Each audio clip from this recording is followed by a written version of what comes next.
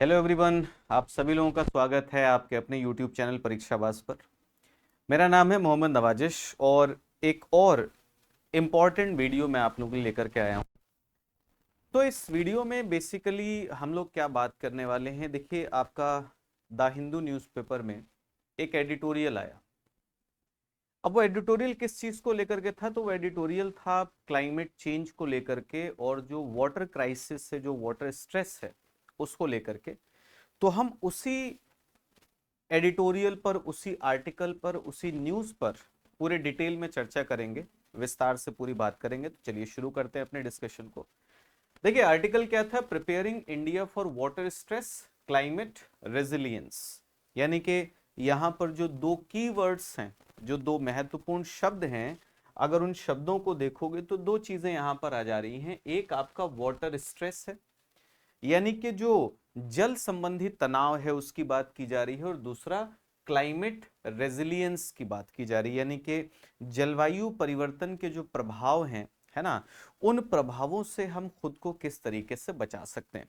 तो चलिए शुरू करते हैं कि आखिर इस आर्टिकल में क्या चीजें थी, क्या क्या पॉइंट्स इसमें दिए गए। देखो, सबसे पहली चीज यहां पर यह आती है कि आईएमडी, जो हमारा इंडियन मेटेरोलॉजिकल डिपार्टमेंट है, आईएमडी ने एक चीज बोली। अभी पिछले कुछ टाइम पहले एक न्यूज आई थी, मैंने कवर भी की थी वो। आईएमडी ने कहा कि अगर हम इस साल की बात करें तो अप्रैल से लेकर के जून तक का जो समय है ना, इन महीनों में, इस समय अवधि में भारत में अगर आप देखोगे तो भारत के अंदर हीट वेव्स के जो चांसेस हैं, हीट वेव्स की जो फ्रीक्वेंसी है, जिसे हम लू कहते हैं सामान्य भाषा में, है ना, तो लू चलने की जो संभावनाएं हैं वो बढ़ेंगी, फ्रीक्वेंसी बढ़ेगी, बारंबारता बढ़ेगी। ठीक है, तो एक तो ये चीज है कि भाई आईएमडी ये कह रहा है, देखो जलवायु परिवर्तन हो रहा है और जलवायु परिवर्तन होने की वजह से हीट वेव्स की पॉसिबिलिटीज क्या होंगी, बढ़ेंगी। ठीक, अब दूसरी चीज यहां पर क्या आ जाती है कि हीट वेव्स बढ़ने के साथ साथ एक और चीज है कि इंडिया वाटर स्ट्रेस फील करेगा। यानी कि हमारे जो जलीय संसाधन है ना, उन जलीय संसाधनों को लेकर के तनाव देखने को मिलेगा। तनाव का यहां पर मतलब है कि जलीय संसाधनों की कमी हमें महसूस होगी। अब देखो, यहां से ये प्रॉब्लम जो है वो ज्यादा आप कह सकते हो कि एम्पलीफाई हो जाती है, इंक्रीज हो जाती है। किस लिए? क्योंकि गर्मियों के मौसम में पानी की जो रिक्वायरमेंट है ना, चाहे वो एग्रीकल्चर की बात करिए, ठीक है, या एनिमल हस्बेंड्री की बात करिए, या फिर हम अपनी डे टू डे लाइफ की बात करें, तो पानी की रिक्वायरमेंट क्या हो जाती है, बढ़ जाती है। और ऐसे में अगर पानी की कमी होगी, ठीक है, और दूसरी तरफ आप देख रहे हो तापमान बढ़ रहा है, हीट वेव्स के चांसेस बढ़ रहे हैं, तो ये प्रॉब्लम क्या हो सकती है, और ज्यादा इंक्रीज हो सकती है, बढ़ सकती है। अब यहां पर इस आर्टिकल को अगर आप पढ़ोगे तो एक और चीज आती है इसमें। बात ये आती है कि इंडिया में जब भी हम बात करते हैं किसकी, वाटर रिलेटेड प्रॉब्लम्स की, यानी कि जल संबंधी समस्याओं की, या फिर बात होती है कि जब भी कुछ ऐसी समस्या होती है जो कि वेदर रिलेटेड है, मौसम से संबंधित है। मान लीजिए कि भाई किसी जगह पर बाढ़ आ गई, है ना, या फिर मान लीजिए किसी जगह पर साइक्लोन आ गया, चक्रवात आ गया, या थंडरस्टॉर्म है, आंधी है। तो इस आर्टिकल में यह कहा गया है कि हम इन सभी समस्याओं को किस तरीके से देखते हैं, हम इन सभी समस्याओं को एक तरीके से टेम्पररी प्रॉब्लम मान करके चलते हैं कि अल्पकालीन समस्या है, कुछ समय के लिए पैदा हुई है और फिर ये क्या हो जाएगी, समाप्त हो जाएगी। ठीक है, और हमारा जो रिस्पॉन्स होता है, हमारी जो प्रतिक्रिया होती है, वो कहीं ना कहीं एक तरीके से आप कहोगे कि जो डिजास्टर रिस्पॉन्स होता है ना, कि भाई किसी जगह पर कोई आपदा हो गई और उस आपदा की स्थिति में जो प्रतिक्रिया हमारी होती है, हम वो प्रतिक्रिया देते हैं। मतलब पॉइंट यहां पर यह बोला जा रहा है कि हम कोई लॉन्ग टर्म सॉल्यूशन के बारे में नहीं सोचते, हम एक लंबी अवधि के समाधान की तरफ नहीं चलते। जैसे आप लोगों ने देखा कि भाई बेंगलुरु की अगर आप बात करोगे, हम सभी लोगों ने देखा कि बेंगलुरु में वाटर क्राइसिस जो है, पानी की समस्या जो है, वो किस हद तक पहुंच गई। और ऐसा नहीं कि इसी साल हुआ, साल दर साल वो चीज हम लोग देख रहे हैं। लेकिन उसमें देखने को क्या मिलता है कि जब समस्या होती है तो कुछ उस टाइम के लिए इंतजाम कर दिए जाते हैं, ताकि लोगों को राहत मिल जाए, और फिर हम उस चीज को क्या हो जाते हैं, भूल जाते हैं, फिर अगले साल उसी समस्या को हमें फेस करना पड़ता है। ठीक है, तो ये सारी चीजें इसमें आती हैं। अब चलते हैं आगे। देखो यहां पर एक बात बोली गई कि जो क्लाइमेट है, जलवायु है, वो अब इकोनॉमी, यानी कि जलवायु अर्थव्यवस्था है। अब आप कहोगे ये कैसी बात है कि जलवायु अर्थव्यवस्था? देखो जलवायु अर्थव्यवस्था इसलिए है क्योंकि आपकी पूरी की पूरी इकोनॉमी जो है, पूरी की पूरी अर्थव्यवस्था जो है, वो जलवायु पर निर्भर है। या फिर आप कह सकते हो कि अर्थव्यवस्था को जलवायु क्या करती है, प्रभावित करती है। कैसे प्रभावित करती है? ठीक, देखो चाहे आप लैंड की बात करिए, फूड की बात करिए, एनर्जी की बात करिए, वाटर की बात करिए, यानी कि स्थल हो, भोजन हो, ऊर्जा हो, पानी हो, इन सभी चीजों पर प्रभाव पड़ता है किसका? जलवायु का। भाई जलवायु स्थल को भी प्रभावित करेगी। जलवायु जो है वो कितनी ऊर्जा आपको मिलेगी सूर्य से या नहीं मिलेगी, इसको भी प्रभावित करेगी। जलवायु को अगर आप देखोगे तो किस प्रकार की फसलें आप उगा सकते हो, कितना आपका जो एग्रीकल्चरल प्रोडक्शन है, कृषि उत्पादकता है, वो सारी चीजों को उनको प्रभावित करेगी। और बिल्कुल पानी की उपलब्धता कितनी होगी, इससे प्रभावित करेगी। अब एक चीज आ रही है देखो जलवायु इस चीज को इन्फ्लुएंस करती है, प्रभावित करती है कि हमारी अर्थव्यवस्था, हमारी इकोनॉमी आगे जाकर के एक्सपेंड करने वाली है या श्रिंक करने वाली है। आप सोचिए, हम जलवायु परिवर्तन की बात करें, we are talking about climate change. So if the climate is going to change, okay, if you can say that already existing climatic patterns are going to change, जो पहले से जलवायु बनी हुई है, जलवायु प्रतिरूप बने हुए हैं, अगर वो बदल जाएंगे, परिवर्तित हो जाएंगे, तो इसका असर जो आपकी इकोनॉमिक एक्टिविटीज हैं, जो आपके वाटर रिसोर्सेस हैं, जो आपका एग्रीकल्चर है, उन सब पर पड़ेगा। और ये चीज तय करेगी कि भाई आगे जाकर के आपकी अर्थव्यवस्था का जो हाल होने वाला है वो क्या होने वाला है। ठीक है, अब इंडिया की अगर बात की जाए तो देखो भारत के पास लगभग 18% पॉपुलेशन है। सबसे पहली चीज तो यही है कि भाई हम दुनिया में अगर आप देखोगे जो 2011 का आंकड़ा अगर हम लेकर के चलें, क्योंकि 21 के आंकड़े अभी आए नहीं है सेंसस के, तो 2011 का आंकड़ा ये कहता है कि भारत जो है दुनिया का दूसरा सबसे ज्यादा आबादी वाला देश है। ठीक, हमारे पास लैंड एरिया कितना है? 2.4%। तो 2.4% लैंड है और 18% पॉपुलेशन है। अब यहां पर बात करोगे अगर फ्रेश वाटर रिसोर्सेस की, तो हमारे पास केवल और केवल 4% फ्रेश वाटर रिसोर्सेस है।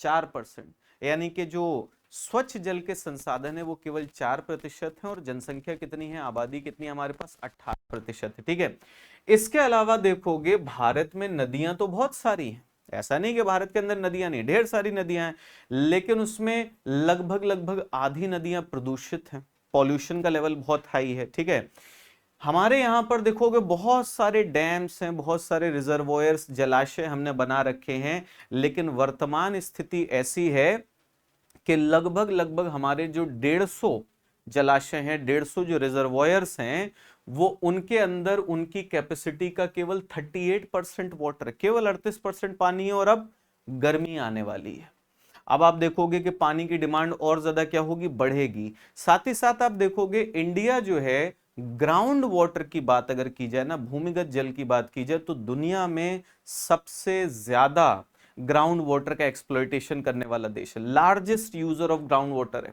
ठीक है, तो अब ये सारी चीजें हमें क्या बता रही हैं कि इस बदलती हुई जलवायु में भारत के अंदर अगर आप वाटर रिसोर्सेस की सिचुएशन को देखोगे, उनकी कंडीशंस को देखोगे, तो हमें स्थिति यहां पर दिखाई दे रही है।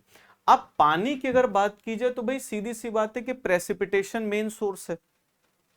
भाई पानी हमें कहां से मिलता है? बारिश से ही मिलता है, वर्षा होती है, बारिश होती है, उसी से हमें पानी मिलता है। ठीक, अब चाहे आप सॉइल मॉइस्चर की बात करें, मिट्टी को जो पानी मिल रहा है वो कहां से मिल रहा है? बारिश से मिलता है। ठीक है, या फिर आप वेजिटेशन की बात करिए, पेड़ पौधों के अंदर भी पानी होता है। पेड़ पौधे क्या करते हैं? वेजिटेशन क्या करता है? प्लांट्स हो गए, ये सब सॉइल से वाटर को एब्जॉर्ब करते हैं और वाटर एब्जॉर्ब करके अपने अंदर स्टोर कर लेते हैं, जिसे ग्रीन वाटर कहते हैं। ठीक है, तो आप चाहे ग्रीन वाटर की बात करिए, या फिर जितनी भी वाटर बॉडीज हैं, चाहे वो रिवर्स हो, है ना भाई, रिवर्स हो गई, लेक्स हो गए, पॉन्ड्स हो गए, जितने भी स्थल पर आपकी वाटर बॉडीज है, या फिर अंडरग्राउंड रिजर्वॉयर्स की बात करिए, यहां पर जो टर्म आया ना एक्वीफर्स, ये एक्वीफर्स क्या हो जाएंगे, आपके अंडरग्राउंड रिजर्वॉयर्स हो जाएंगे। तो इसे क्या कहेंगे हम, ब्लू वाटर। तो चाहे आप ब्लू वाटर की बात करिए, आप ग्रीन वाटर की बात करिए, दोनों के दोनों आपको कहां से मिल रहे हैं, प्रेसिपिटेशन से। भी बारिश होती है तो उसी बारिश से हमें ये पानी मिलता है, ठीक। अब एक चीज आती है कि चाहे आप ब्लू वाटर की बात करिए या फिर आप ग्रीन वाटर की बात करिए, इन दोनों को ही आप देखोगे तो ये फूड, यानी कि जिस भोजन का हम उत्पादन करते हैं उसको ये प्रभावित करते हैं, ठीक। कैसे प्रभावित करते हैं, देखो पानी की अगर आप बात करोगे तो इरिगेटिंग क्रॉप्स, आप किसी भी जगह पर अगर फसलों का उत्पादन करते हो, क्रॉप कल्टीवेशन करते हो, तो उस क्रॉप कल्टीवेशन के लिए आपको पानी की जरूरत पड़ेगी, ठीक है। आप हार्वेस्ट की बात करिए, है ना, हार्वेस्ट की अगर बात करोगे तो उसको ये प्रभावित करेगा, ठीक। और सीधे सीधे हम ये कह सकते हैं कि इकोनॉमी, अर्थव्यवस्था, है ना। देखो किसी भी जगह पर इंडस्ट्रीज लगाओगे तो किसी ऐसी जगह पर आप उद्योग नहीं लगा सकते ना जहां पर पानी ही ना हो। आप किसी जगह पर अगर सर्विस सेक्टर को डेवलप करने की कोशिश करोगे, सेवा क्षेत्र को स्थापित करने का प्रयास करोगे, तो आप ऐसी जगह पर नहीं लगा सकते ना जहां पर पानी ना हो। तो पानी हर चीज के लिए क्या है, इसेंशियल है, ठीक है। अब अगर हम यहां पर स्पेसिफिकली बात करें किसकी, स्पेसिफिकली अगर हम बात करें एग्रीकल्चर की, हम कृषि क्षेत्र की बात करें, तो कृषि क्षेत्र में एक चीज हमें देखने को मिल रही है कि लगातार ये क्लाइमेटिक पॉइंट ऑफ व्यू से और ज्यादा वल्नरेबल होता जा रहा है, और ज्यादा संवेदनशील होता जा रहा है।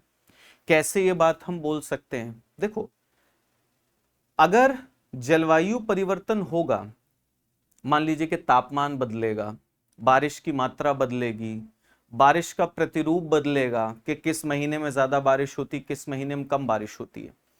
हालांकि ये चीज समाज के हर एक पहलू को प्रभावित करेगी, इसका इंपैक्ट सोसाइटी के हर एक पार्ट पर पड़ेगा, लेकिन सबसे ज्यादा इंपैक्ट किस चीज पर पड़ेगा, सबसे ज्यादा इंपैक्ट पड़ेगा एग्रीकल्चर पर। क्योंकि कृषि एक ऐसी चीज है ना जो सीधे सीधे क्लाइमेट से रिलेटेड, इसीलिए बोला जा रहा है कि भाई हमारा जो एग्रीकल्चर सेक्टर है ना, कृषि क्षेत्र जो है, वो क्लाइमेटिक पॉइंट ऑफ व्यू से बहुत ही ज्यादा वल्नरेबल होता जा रहा है। क्योंकि क्लाइमेट चेंज होने पर एक चीज जिस पर सबसे ज्यादा असर पड़ेगा वो होगा वाटर की अवेलेबिलिटी। क्यों, क्योंकि अभी मैंने आपको बताया कि पानी हमें मिलता किससे है, प्रेसिपिटेशन से मिलता है, वर्षण से मिलता है। तो अगर वर्षण बदलेगा तो पानी की मात्रा, पानी का जो उसकी जो उपलब्धता है उसमें हमें चेंज देखने को मिलेगा। अब देखो इंडिया एम्प्लॉयमेंट रिपोर्ट 2024 क्या कहती है, 2024 की ये रिपोर्ट कहती है कि एग्रीकल्चर जो है वो अभी भी अर्थव्यवस्था के लिए बहुत ज्यादा इंपॉर्टेंट है। क्योंकि लगभग 45% लोगों को, 45% पॉपुलेशन को अभी भी रोजगार किससे मिल रहा है, एग्रीकल्चर से मिल रहा है, ठीक है। Council on in energy environment and water, ठीक है, इससे हमें, इसकी एक स्टडी है, उस स्टडी से हमें यह पता चलता है कि मॉनसून जो हमारा साउथ वेस्ट मॉनसून आता है ना, दक्षिण पश्चिमी मॉनसून आता है, उससे होने वाली वर्षा का, रेनफॉल का जो पैटर्न है, वो पैटर्न क्या हो रहा है, चेंज हो रहा है। और क्या पता चल रहा है, पता यह चल रहा है कि लगभग 55% तहसील्स, भारत में जितनी भी तहसील्स हैं उनमें से 55% तहसील्स ऐसी हैं जिन तहसील में हमें सिग्निफिकेंट इंक्रीज देखने को मिल रहा है। यानी कि साउथ वेस्ट मॉनसून से जो बारिश होती है ना, वो बारिश बढ़ रही है, ठीक है। और कितना, लगभग 10% का इंक्रीज हुआ है। अगर लास्ट डेकेड की बात करोगे, पिछले 10 सालों में, अगर उससे 3 डेकेड पहले देख लिए जाएं, तो उन 3 दशकों में जितनी बारिश होती थी, पिछले लास्ट डेकेड में हमें देखने को मिल रहा है कि रेनफॉल की अमाउंट लगभग 10% इंक्रीज हुई है। तो आप कहोगे ये तो अच्छी चीज है भाई। भाई अगर 55% तहसील्स में प्रेसिपिटेशन बढ़ जा रहा है, so it is good thing. But देखो, बढ़ना एक अलग चीज है, और एक होता है कि रेनफॉल बढ़ तो रहा है, बट द प्रॉब्लम इज के वो रेनफॉल कैसा है, शॉर्ट ड्यूरेशन का है, हैवी रेन है ना। ऐसा नहीं है कि वो धीरे धीरे बारिश होती है, लंबे टाइम तक बारिश होती है जिससे मिट्टी उसे एब्जॉर्ब कर पाए, अंडरग्राउंड वाटर के फॉर्म में वो स्टोर हो पाए। नहीं, बारिश कैसी हो रही है, तेज बारिश हो रही है, कम टाइम के लिए बारिश हो रही है, ठीक है। तो ये अपने आप में एक समस्या जो है वो पैदा करेगा, ठीक है। अब अगर हम पानी की बात कर रहे हैं, जैसे हमने एग्रीकल्चर से रिलेट किया इसको, एग्रीकल्चर के साथ साथ आप इसे एनर्जी सेक्टर के साथ भी रिलेट कर सकते हो। भाई ऊर्जा क्षेत्र से भी तो रिलेट करोगे। अब ऊर्जा क्षेत्र से कैसे रिलेट करोगे? आप लोगों को याद होगा, मैंने किसी एक क्लास में ग्रीन हाइड्रोजन के बारे में आप लोगों को बताया था। अब देखो हम सब लोग बात कर रहे हैं भाई ग्रीन हाइड्रोजन की, एकदम क्लीन फ्यूल है, एक ऐसा ईंधन है जिसको अगर हम लोगों ने विकसित कर लिया तो फिर मौजा ही मौजा है, बिल्कुल ठीक है, कार्बन एमिशन होगा नहीं, कोई दिक्कत नहीं, कोई परेशानी नहीं। लेकिन ग्रीन हाइड्रोजन आप बनाओगे कैसे? हम इंडस्ट्री को डीकार्बोनाइज करने के लिए बनाएंगे कि हमारे जो उद्योग है उनसे कार्बन का उत्सर्जन कम हो जाए। हम अपने ट्रांसपोर्टेशन सेक्टर को इंप्रूव करने के लिए बनाएंगे कि हमारा जो परिवहन क्षेत्र है उससे कार्बन का उत्सर्जन कम हो जाए। कैसे? वाटर से। मैंने आपको बताया था भाई पानी से ही तो आप यहां से हाइड्रोजन निकालोगे। और कैसे? उसमें जो इलेक्ट्रिसिटी आप यूज करोगे, जो बिजली आप इस्तेमाल करोगे, वो रिन्यूएबल सोर्सेस से होगी, जैसे हाइड्रो पावर की बात करिए। तो अब देखो दो चीजें हैं यहां पर, एक तो आपको जल विद्युत ऊर्जा पर लेकर के जाना है कि भाई हाइड्रो इलेक्ट्रिसिटी आप प्रोड्यूस करिए, उसके लिए भी पानी चाहिए आपको, ठीक है, पानी होगा तभी आप उस पानी से टरबाइंस चला पाओगे, उन टरबाइन से इलेक्ट्रिसिटी प्रोड्यूस कर पाओगे। फिर दूसरी चीज, उसी बिजली का इस्तेमाल करके आप इलेक्ट्रोलिसिस करोगे, ठीक है, विद्युत अपघटन करोगे, किसका? पानी का, और उस पानी से आप हाइड्रोजन निकालोगे, ग्रीन हाइड्रोजन बनेगा आपका, ठीक है। तो इस तरीके से भी आप देख सकते हो कि हाँ हमारा जो एनर्जी सेक्टर है वो एनर्जी सेक्टर भी किस पर डिपेंडेंट है? पावर पर डिपेंडेंट है, ठीक है, सॉरी वाटर पर डिपेंडेंट है। इसके साथ एक चीज और आती है कि अगर हम पिछले कुछ समय से देखें तो हमें एक चीज देखने को मिल रही है कि जो हाइड्रोमेट्रोलॉजिकल डिजास्टर्स हैं, जैसे जैसे जलवायु परिवर्तन हो रहा है, जैसे जैसे क्लाइमेट चेंज हो रही है, वैसे वैसे हाइड्रोमेट्रोलॉजिकल डिजास्टर्स जो हैं, जल मौसम संबंधी आपदाएं जो हैं वो बढ़ती जा रही हैं। कुछ आंकड़े हमें मिलते हैं, जैसे यूएन की वर्ल्ड वाटर डेवलपमेंट रिपोर्ट 2020 की कहती है कि 75% नेचुरल डिजास्टर्स पिछले 2 दशकों में, लास्ट 2 डेकेड्स में 75% जो नेचुरल डिजास्टर्स हुए हैं वो पानी से संबंधित थे, ठीक है। अगर आप देखोगे तो CEW की जो एनालिसिस है वो ये कहती है कि 1970 से 2019, ठीक है, यानी कि लगभग अगर आप देखोगे तो 50 साल की ड्यूरेशन हम लेकर के चल रहे हैं। 1970 से लेकर के 2019 तक अगर आप देखोगे तो जो नंबर ऑफ फ्लड्स है या फिर फ्लड एसोसिएटेड इवेंट्स जो हैं, बाढ़ संबंधी जो घटनाएं हैं, उन घटनाओं में 20 गुना वृद्धि हुई है भारत में, 20 गुना वृद्धि। ये बता रहा है कि जैसे जैसे जलवायु परिवर्तन हो रहा है ना, वैसे वैसे जो मौसम संबंधी आपदाएं हैं, जो जल संबंधी आपदाएं हैं, वो क्या होती जा रही हैं? बढ़ती जा रही हैं। अब बात ये आती है कि हमने प्रॉब्लम्स तो देख ली, हम समस्या को भी देख रहे हैं कि भाई समस्या है, प्रॉब्लम्स हैं। बात यहां पर यह है कि हम किस तरीके से वाटर सिक्योरिटी को इंश्योर कर सकते हैं, यानी कि किस तरीके से लोगों को जल सुरक्षा उपलब्ध करा सकते हैं। देखिए वाटर सिक्योरिटी की अगर बात करोगे तो भारत को अगर पानी की डोमेस्टिक सप्लाई को इंश्योर करना है कि हमारी जो घरेलू मांग है उसकी पूर्ति होती रहे, आप फूड सिक्योरिटी की बात करोगे कि भाई खाद्य सुरक्षा मिल जाए, आप क्लीन एनर्जी ट्रांजिशन की बात करोगे कि लोगों को साफ सुथरी ऊर्जा मिल जाए, ठीक है, ये जो हम कार्बन उत्सर्जन कर रहे हैं ये कम हो जाए, तो इसके लिए हमें कुछ काम करने की जरूरत है। जैसे सबसे पहले तो पॉलिसीज, यानी कि हमें नीतियों के लेवल पर काम करने की जरूरत है। दूसरी चीज है जुडिशियस यूज ऑफ वाटर, यानी कि पानी का उपयोग करिए लेकिन विवेकपूर्ण हो, न्याय संगत उपयोग हो, ऐसा ना हो कि हम पानी को बर्बाद कर रहे हैं, ठीक है। इसके अलावा फाइनेंसिंग, भाई अगर दुनिया बदल रही है, जलवायु परिवर्तन हो रहा है, तो हमें एडेप्ट करना पड़ेगा, हमें अनुकूलन करना पड़ेगा, और अनुकूलन करने के लिए हमें पैसा चाहिए होगा, ठीक। अब जैसे हम वाटर गवर्नेंस की बात करें, ठीक है, जल प्रशासन की बात करें कि हमारा जो वाटर सेक्टर है उसे हमें प्रॉपरली इफेक्टिवली गवर्न करना है, प्रभावी रूप से उसको एक तरीके से कहोगे प्रबंधन करना है। तो उसको आप कैसे करोगे? उसमें देखिए आप सिर्फ पानी को मत देखिए, बल्कि आप ये भी देखिए कि पानी को हम और कहां कहां रिलेट कर सकते हैं। अब चीजें बहुत सारी हो सकती हैं, लेकिन आपको इतना तो पता है कि भाई पानी को फूड से भी रिलेट करोगे, पानी को आप एनर्जी से भी रिलेट करोगे, ठीक। तो जब भी हम वाटर को लेकर के या कोई भी पॉलिसी हम लेकर के आते हैं तो हम वन डायमेंशनल होकर के ना सोचें, हम चीजों को इंटीग्रेट करने के बारे में सोचें। जैसे यहां पर एक चीज आती है ठीक है कि CW और इंटरनेशनल वाटर मैनेजमेंट इंस्टीट्यूट, इन दोनों का ये कहना है कि ऐसा नहीं कि भारत ने पानी को लेकर के नीतियां नहीं अपनाई हैं, कई सारी नीतियां हमने अपनाई हैं, कई सारी चीजें हम लेकर के आ रहे हैं पॉलिसी लेवल पर, but the problem is that we are not able to understand the nexus. मतलब हम ये जो इंटर रिलेशंस है ना, इन इंटर रिलेशंस को नहीं समझ पा रहे हैं कि सिर्फ पानी पर फोकस मत करिए। जैसे आप देखो इलेक्ट्रिसिटी को लेकर के कोई चीज लेकर के आते हो तो उससे देखो ना भाई पानी पर क्या इंपैक्ट पड़ेगा। आप कुछ भी, आप अर्बन डेवलपमेंट की बात कर रहे हो तो पानी पर क्या प्रभाव पड़ेगा, ठीक। आप एग्रीकल्चर पर लेकर के आ रहे हो तो पानी पर क्या प्रभाव पड़ेगा, या पानी को लेकर के आप कोई चीज अगर सोच रहे हो, कोई पॉलिसी सोच रहे हो तो बाकी सेक्टर्स पर उसका क्या इंपैक्ट पड़ेगा। तो बात यह है कि पॉलिसीज तो हैं लेकिन हम इन इंटीग्रेशंस को नहीं समझ पाते हैं। ये यहां पर एक चीज आती है। अब जैसे आप ग्रीन हाइड्रोजन की बात कर रहे हो, ठीक है भाई, ग्रीन हाइड्रोजन बनाओगे, लेकिन ग्रीन हाइड्रोजन बनाने के लिए आपको पानी की जरूरत होगी ना, वो आप कैसे मैनेज करेंगे। तो जब आप ग्रीन हाइड्रोजन को लेकर के कोई पॉलिसी लेकर के आए तो आप पानी की जो वाटर रिलेटेड जो एस्पेक्ट्स हैं उसको भी यहां पर इंक्लूड करें। जैसे आपने सोलर इरिगेशन पंप्स के बारे में सुना होगा, भाई किसानों को क्या किया जा रहा है, सोलर इरिगेशन पंप्स दे दिए जा रहे हैं कि आप अपने खेत में सोलर इरिगेशन पंप लगा लीजिए, बिजली का बिल आपका खत्म। लेकिन भाई बिजली का बिल खत्म होने से आपने सिर्फ इलेक्ट्रिसिटी को फोकस कर लिया ना कि इलेक्ट्रिसिटी सेक्टर पर जो लोड है हमारा वो कम हो जाएगा। What about underground water.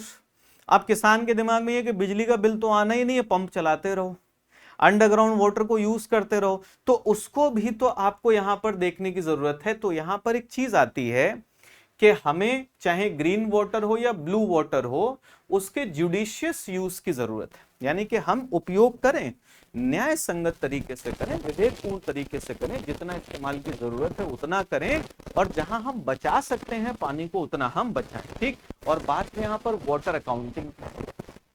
Water accounting बहुत जरूरी है। देखो अकाउंटिंग एक बड़ी सिंपल सी चीज है। जैसे आप पूरे महीने में जो भी खर्चे करते हो उनकी आप अकाउंटिंग करते हो कि भाई कितना पैसा आया, कितना हमने खर्च किया, कहाँ कहाँ पर हमने खर्च किया।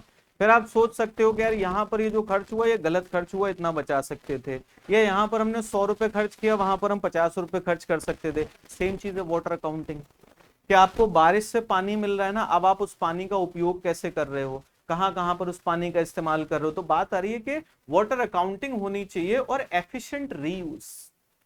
पानी ऐसा थोड़ी है, आप सोचो पानी से आप एक बार नहा लिए तो क्या वो पानी खत्म हो गया है भाई, ऐसा तो नहीं होता ना। या हमने एग्रीकल्चर सेक्टर में अगर पानी का वो यूज कर लिया तो वो पानी खत्म थोड़ी हो गया, वो अल्टीमेटली पानी इसी एनवायरमेंट में ही रहता है।